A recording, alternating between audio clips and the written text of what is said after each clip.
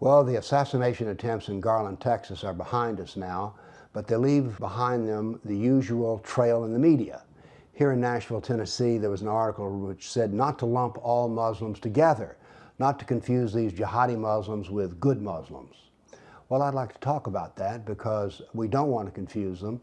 They're different from each other, but they are also one and the same. Let's examine how they could possibly be one and the same. First off, they're both Muslims. Now, the newspaper says that the Garland, Texas assassins were criminals, but these are not criminals. These are jihadists, the highest manifestation of Islam and the highest manifestation of being a Muslim. So we need to keep that in mind. All Muslims share the same Quran, the same prayers, the same Sunnah of Muhammad, the same prophet, and the same life of Muhammad. So they share all of this in common, and this makes them one ummah. Now, the Quran gives us a relationship between the jihadi and his community, the ummah, and it says that the jihadi Muslim is the best Muslim. And how do we know this? Well, in the Quran it says that a jihadi, if killed in the process of practicing jihad, goes directly to heaven, whereas all other Muslims, including the good Muslim, has to go through the punishment of the grave and then the uncertainties of Judgment Day. Now, we don't know if these particular gunmen yelled Allahu Akbar, but they frequently do, and we need to know that not only is this muttered by jihadis, but it's muttered by every Muslim during his prayers 5 times a day. The same prayers, by the way, that curse the Christian and the Jew.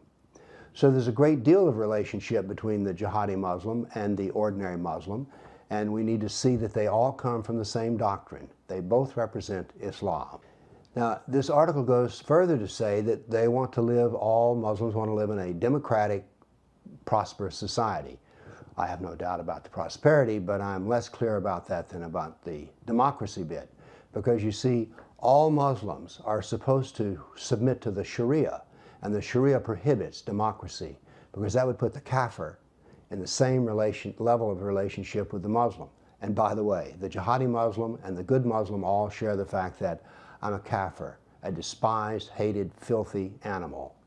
So there's a lot of relationships between the jihadi Muslim and the ordinary Muslim, and we should all lump them together because they're all part of one ummah.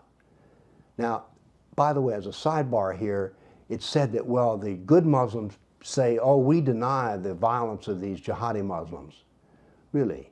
Why should they? Muhammad himself repeatedly ordered Muslims to kill those who opposed and who satirized Muhammad. So the act in Garland, Texas was pure Islam. Thank you.